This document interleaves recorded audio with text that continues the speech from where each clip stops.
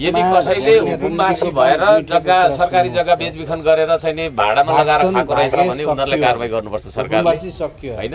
जो चाहिँ हुकुमबासी नै साँच्चै नै गरिब दुखी रहेछन् भने उनीहरूलाई तपाईँको व्यवस्थित गर्नुपर्छ, पुनर्वासको व्यवस्थापन गर्नुपर्छ भन्ने हाम्रो तपाईँको छैन के अरे स्पष्ट माग छ।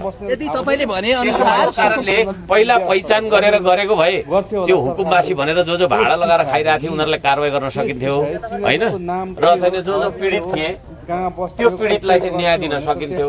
अब एकैचोटि आएर भत्काइदियो। अब हुकुमबासी भनेर जुन तपाईँहरूले भनिराख्नु भएको छ उनीहरू पनि उन्मुक्ति भएर अब उन्मुक्त भए नि त, मुक्ति पाएर उनीहरू भागिहाले। त्यसले गर्दाखेरि त्यस्ता मान्छेलाई कारबाही गर्न अप्ठ्यारो भयो नि त। अब है अब पीडित को थियो भन्ने बारेमा चाहिँ अब अहिले सेल्टरमा गएर बसिरहेको होला उनीहरू सायद पीडित होलान्, त्यहाँ पनि हामी जान्छौँ।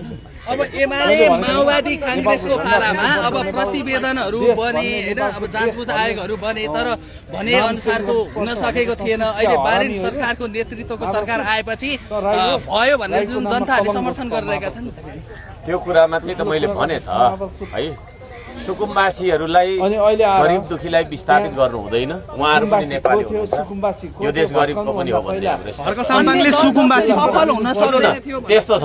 त्यसले गर्दाखेरि गरिबको पनि हो यो के अरे तपाईँको छैन के अरे देश। गरिबलाई विस्थापित गर्नु हुँदैन, सडकमा बस्नु तपाईँ बाध्य बनाउनु हुँदैन। गरिबको लागि तपाईँको छैन वासस्थानको व्यवस्था सरकारले गर्नुपर्छ भन्ने हाम्रो माग हो। सुकुम्बासी बस्ती जग्गा तपाईँको छैन अपचलन गरेका थिए, कसले के गरेका थिए उनीहरूलाई त कारबाही गरिनुपर्छ भन्ने हाम्रो माग छ नि पहिलेदेखि।